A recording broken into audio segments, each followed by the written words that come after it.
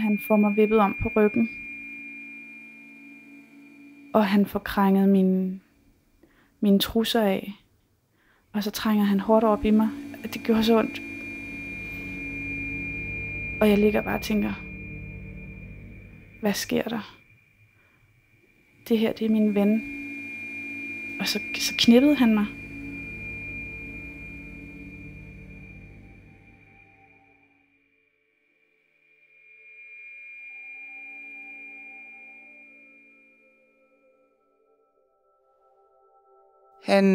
Han virkede rigtig flink, faktisk, til at starte med. Jeg fik ingen dårlige fornemmelser. Så vi fik en kop kaffe, for det bød jeg ham på, og så sad vi og snakkede godt, synes jeg. Jeg var klædt i han var en meget smuk en lovkort silkekjole, som jeg havde fået syet efter. Vi forlader dansestedet, og han tager min hånd, og det føles virkelig rart. Jeg var på vej hjem fra arbejde og valgte at skyde genvej af en skovsti. Så på et tidspunkt, så vil jeg gerne rette på mit tøj og forsøge at trække min hånd til mig. Jeg vågner, da jeg mærker nogen hive i min hånd. Han holder så fast, at det gør ondt. Og så skete det fuldstændig utænkelige, altså han rejser sig op, og jeg rejser mig op. Det næste, jeg husker, og så overfalder han. Det er, at vi er inde i en baggård. Jeg kan huske, at jeg så solen stå op. Jeg tænkte, det er sidste gang, jeg nogensinde ser det her. Og jeg gik fuldstændig i sort.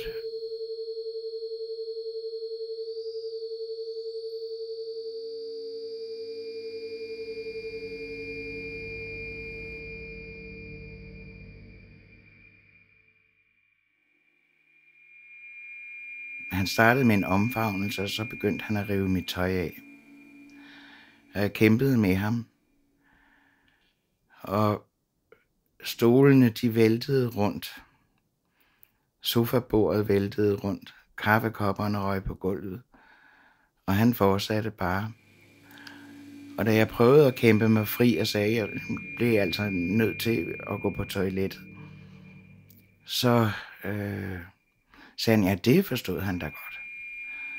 Og så slap jeg derud, men mit toilet er meget lille. Det består egentlig bare af en håndvask og et toilet. Og jeg glemte jo fuldstændig, at dengang min søn var lille, så havde vi fjernet låsen, så det kunne ikke låses. Og jeg var rædselsslagen, fordi der gik, jeg tror kun der gik et par sekunder, så rev han døren op, splitter nøgen. Og det næste var, at jeg blev klar over, fordi han tog kvælertag, at det her, det måtte jeg overleve. Jeg kunne ikke lade min søn komme hjem og finde mig på gulvet. Så jeg blev fuldstændig slap, og så husker jeg egentlig ikke så meget under, hvad der skete, andet end han havde hævet mig ind på sengen, og han var meget stærkere end mig. Og han blev ved, og jeg prøvede at sige nej, og der skete ikke noget. Og han blev mere og mere vred, og så tænkte jeg må hellere holde min kæft, og så græd jeg.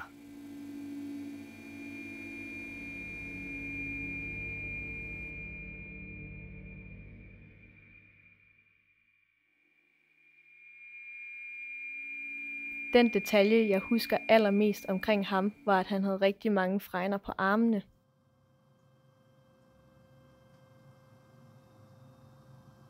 Det, som jeg husker ude fra toilettet af, det er mest de hvide fliser. De der indtørrede kvinder, hans og så indtørrede øjne. Den her bruseniche, som jeg ligger halvt ude i med benene, i hvert fald lyset rammer hans ryg og mit ansigt med et dødt blik i øjnene. Altså, det var der, jeg gik på overlevelse. Det var helt sikkert der, jeg gik på overlevelse. Det var der, jeg forlod min krop, og så bare lod ham gøre, hvad han ville.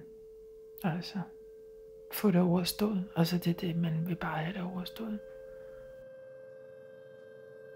Han havde sådan en blodsprængning i det ene øje, der lyste bare rødt der i mørket, det der øje der. Og mine strømpebukser, de ligger så ned om anklerne, og min kjole, den er op over barmen.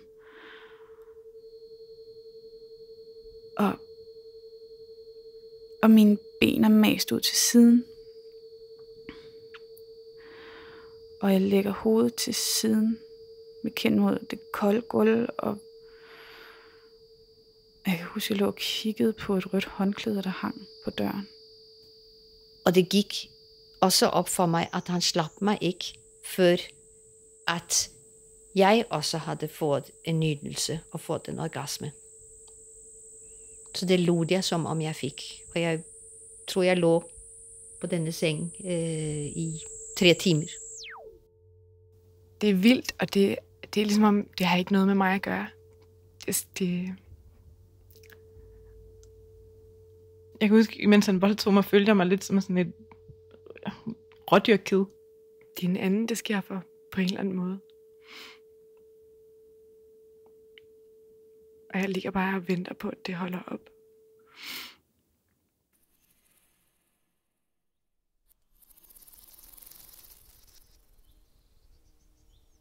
Jeg havde en arm rundt om mit hals, og en arm i skridtet, der løftede mig op og slæbte mig ind i skoven.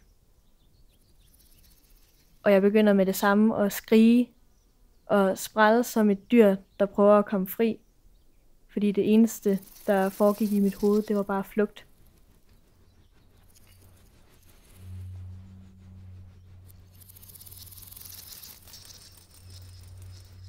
Jeg står sådan bukket over en halvmur, hvor han tager mig bagfra. Og jeg var jomfru, og jeg var 15, det gjorde skide ondt. Virkelig ondt. Jeg kan bare huske, jeg havde den der tanke om, at jeg ville ikke være gravid med hans barn. Så jeg får ham overtalt til, om jeg ikke skal give ham et blowjob i stedet for. Og det siger han ja til. Og så kommer han i munden på mig. Og så vil jeg spytte ud. Og så tager han sådan han tager fat om mit hoved. Og siger, at hvis ikke jeg sluger, så vil han gøre det hele igen.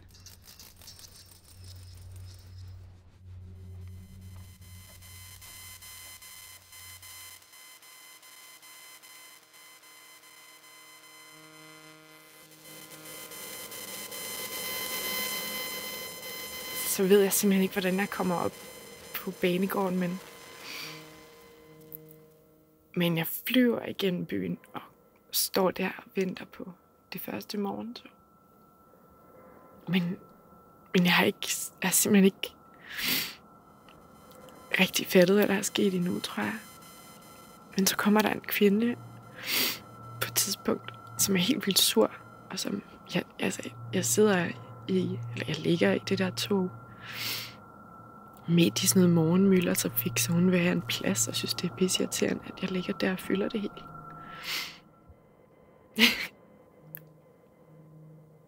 Men jeg kan bare huske, at jeg tænker, hvorfor kan hun ikke se, hvad der er sket? Kan hun ikke se, at jeg lige er blevet voldtaget?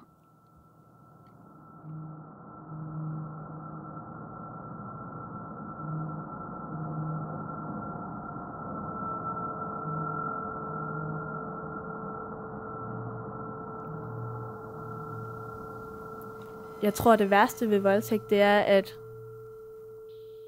at man siger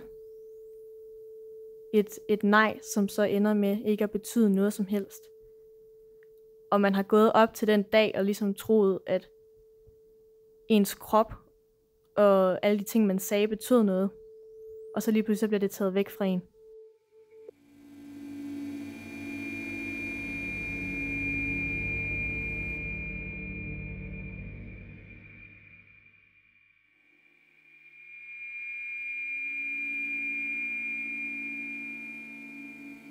Jeg havde det simpelthen så dårligt, og så tænkte jeg, at jeg bliver nødt til, så ringede jeg ned til politiet. Og ham her manden, han sagde, jamen så skal du komme herned, og så sagde jeg kan ikke gå ud af døren, jeg vil meget gerne have, der er nogen, der kommer hjem. Jeg er simpelthen blevet overfaldet i mit eget hjem. han sagde, at nu ville han så skrive ned, hvad jeg sagde, og så skulle jeg komme ned og anmelde det rigtigt. Og så begyndte han at skrive, kunne jeg forstå, og så lød det sådan, da jeg kom til, jeg havde inviteret ham ind på kaffe. Og så sagde han, jamen, har du virkelig fortrudt et samleje? Vil du ødelægge den mands liv? På det tidspunkt, der kunne jeg næsten ikke tale.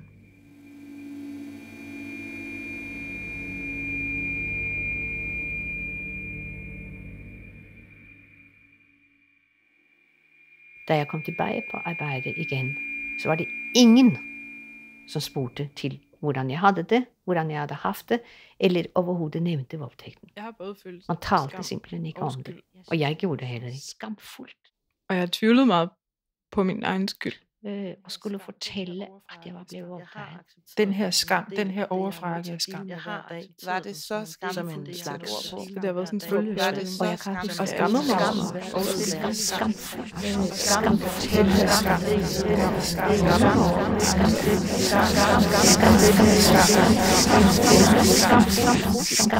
Og alligevel selv der, hvor jeg følte mig allermest tryg sammen med min kæreste, som jeg elsker så utrolig højt, var det så skamfuldt at sætte ord på,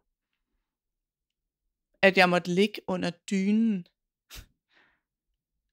Jeg måtte ligge under dynen og fortælle ham det.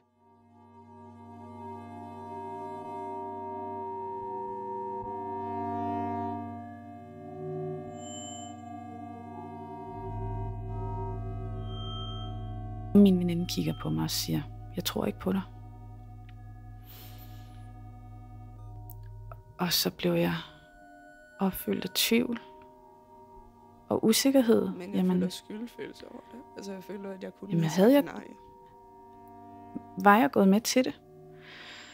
Jeg tror i virkeligheden, at det mest skamfulde måske var netop, at noget, som jeg ikke selv ville, skete alligevel. Jeg anmeldte dem ikke, fordi jeg var så meget i tvivl i forvejen om, hvad der var op og ned, og hvem det der første, havde jeg tænkte, noget, det var, der ikke havde at fået jeg sagt kunne fra. ikke, jeg kunne ikke anmelde det, fordi der var ikke nogen, der ville tro på det. Jamen, jeg tror bare, vi skammede så meget over, vi har været så dumme at gå med dem op. Altså, at det ligesom, ja, det siger sig selv, og folk vil synes, vi er jeg kunne ikke meget anmelde naive. det, fordi der var ikke nogen, der ville tro på det.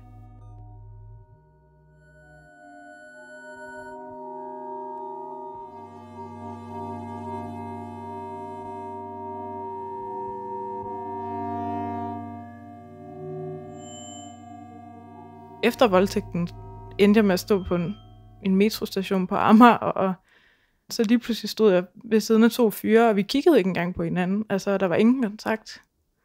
Og alligevel så kunne jeg bare mærke, at mit hjerte der bare hamrede løs. Altså, fordi min krop var bange for mænd.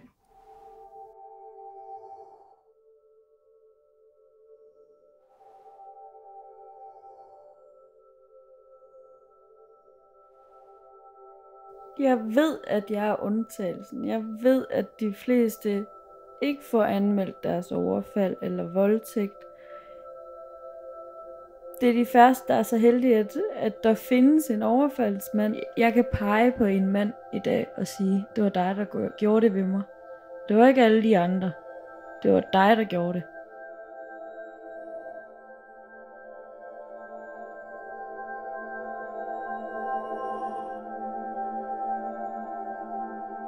Der gik mange år, før jeg egentlig tænkte, at han havde voldtaget mig. For jeg lå lidt under for den der tanke om, at jamen, jeg sagde jo ikke nej. Så det, der skete med min ven, det var jo ikke voldtægt, bare fordi jeg ikke havde lyst. Bare fordi det gjorde ondt og var ubehageligt, så var det jo ikke voldtægt.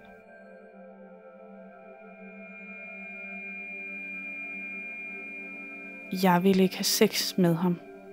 Det var der ingen tvivl om. Det var der heller ikke hos ham. Det kan der ikke have været. Så derfor var det voldtægt.